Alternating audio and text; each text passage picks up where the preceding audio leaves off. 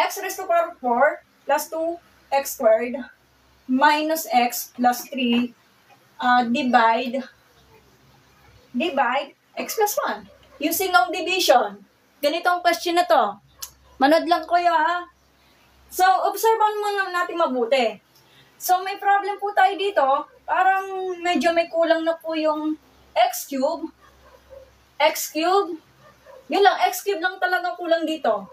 Kasi 4, 3, 2, 1, wala. So, wala x cube. So, ang gagawin natin dyan, ito pagalawin natin to. So, x plus 1 divide x raised to power 4 plus, pero may notice dito, lalagay ako ng mga red.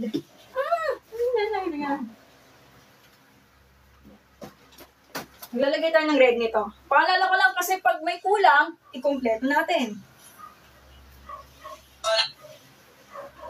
Paalala ko lang pag may kulang, ilagay nyo. Kung ano yung nawawala, let's say x cube. Positive 0 x cube. Naintindihan? Nagets nyo? Kasi ang purpose kasi ng long division, kapag may kulang po yung mga terms, yung mga may kulang, lagyan nyo para may complete yung mga terms na yan. So, kailangan yung mga exponent is descending, is pababa ng pababa. Ganun lang. So, gagawin, so since ganyan, positive 2x squared minus x plus 3. So, kompleto na. Yan lang. Pwede ka na mag-divide. So, pag di-divide, ganun na. Okay, so kung babalikan yung law of exponent, yung division of exponent, minus lang naman. The same lang po yung mga base, which is the x. Huwag na kayo magpakayal sa sarili niya. Kung nag-aaral kayo mabuti. So, ingat na lang. So, ulitin ko ha. So, ganito. Pag ganito mag-divide, so, x raised to power 4 divided by x plus 1. Eto muna, dito muna yan, dito. Cancel nyo, 4 minus 1, edi 3, edi copy yung x, edi ano na siya, edi x cubed. X cubed times x is positive x cubed. Then, multiply mo dito sa pangalawa. X cubed times positive 1 will be the positive x cubed.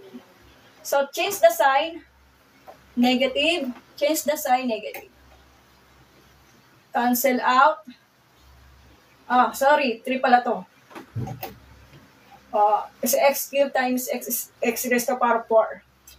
Edi ano na to? So, negative 1.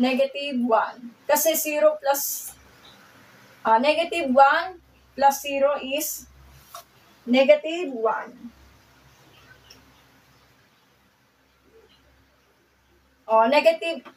Negative x cubed na lang. So, negative x cubed na lang. Bring down, positive 2x squared. Then, divide ulit. Yun lang, napakasimple. Wala na yata nanonood Negative x cubed divided by x is negative x squared.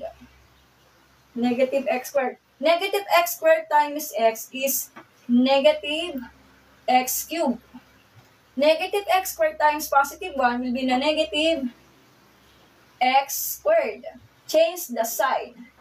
Change the sign. Positive. Change the sign. Positive. Cancel out. Magiging positive 3x squared. Bring down negative x. So, yun lang. Napakasimple. Synthetic, long division. Positive 3x squared divided by x is anong sagot? So, positive 3x.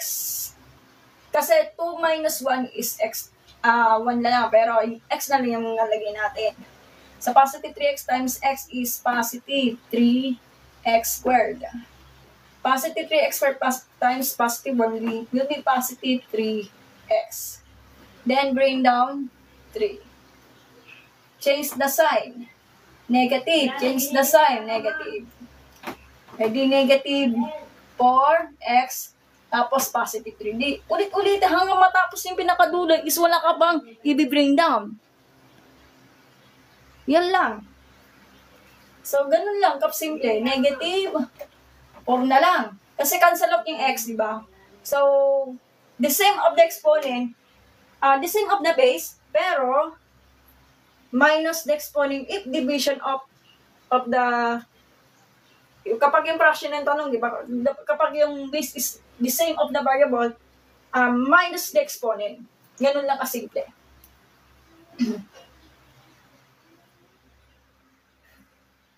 Okay, negative 4 times x is negative 4x. Nako, napakadali. Sobrang dali. Okay, change the sign, positive. Change the sign, positive. Cancel out, edi positive 7. So, kapag may remainder, guys, kapag yung sagot, hindi pa tapos yun eh. Plus 7 over x plus 1. So, ayan yung magiging writing natin kapag naglalong division po kayo. Tama po kayo, palapakan natin sa 0802. Nice, ang galing. So, ito na po. May quantity ba ba? Ganyan, may advertisement. Nakakasa yung advertisement. May quantity sa'yo? Depende. Para sa amin, hindi na kailan ng quantity. Depende sa teacher nyo. Ito, tama naman po sa si J and Grace 0802. Pwede ganito, depende sa cases.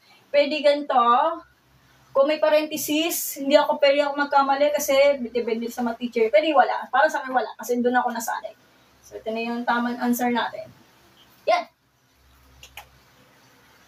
Kailangan makita natin yung positive 7 or kaya wala naman. Pero, pag naglalagay, ito na yun. Okay na ba? Kasi mag-synthetic division tayo, ayoko ng ganito. Sige, copy nyo. Kapag synthetic division, guys,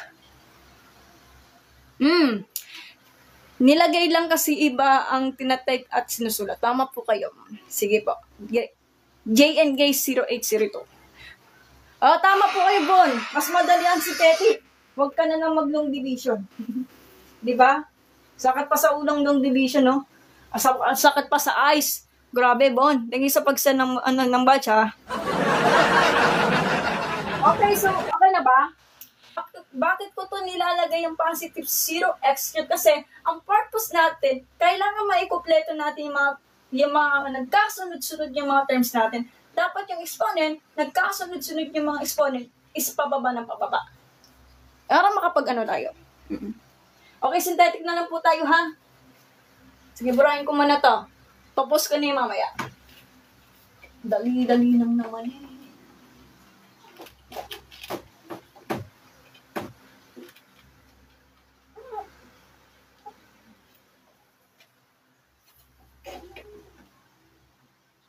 Divide. So, synthetic division. So, ito, notice, x plus 1 is equal to 0. Hindi magiging ano na to. Is your phone? Hindi ano na to. Di pa positive, magiging negative 1. So, negative 1 dito, pero may problema. Kulang naman po yung terms natin. Huwag kayo mag-alala, lalagyan natin sa numerical coefficient natin. So, ganito, 1, pero nawawala ang x cube. So, I represent 0 na lang. So, x to the 4th power, x cube is 0. Tapos, yung natin, x cube natin, x squared is 2, negative 1 in 3. Sige, lagay natin para hindi nalilito sila.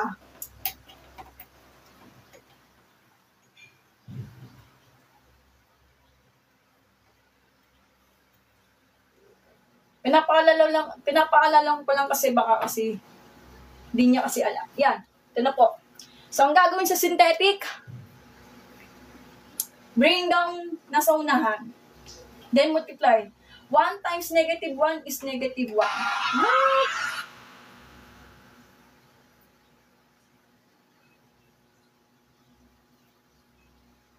Oo, yun. Jadi, ano mas malaki? Ang mas malaki dyan ay negative 1. Kasi minus naman niya, so negative 1 dito. Negative 1. Rules of integration siya na. Hindi naman porket yung negative 1 is malaki. 0 yung nasa unahan, pero yung negative 1, 0 pa lang yung pinakamalaki. Pero ang problema, may negative, so medyo mahihirapan pa tayo sa loss of integer. So, negative 1 po. Negative 1, 0. So, negative 1. So, it means minus po siya. So, negative 1. Negative 1 times negative 1 is positive 1. 3. 2 plus 1 is 3. 3 times negative 1 is negative 3. Negative 4. Kasi, para sila ng sign, add lang. So, 1 plus 2 is 4. Is your phone? Negative 4 times negative 1 is positive 4. So, 7. So, halos the same. Ito po yung remainder. Ito po yung constant. Kaya na po bahala mag-arrange. Constant, linear term, quadratic, cubic. So, magiging x cubed minus x squared plus 3x minus 4 plus 7 over x plus 1. Halos the same lang po. Parehas lang po sila. Ito po yung quadratic, ito po yung quadratic. Ito po yung cubic, ito po yung quadratic, ito po yung linear, ito po yung constant. Iba ang remainder.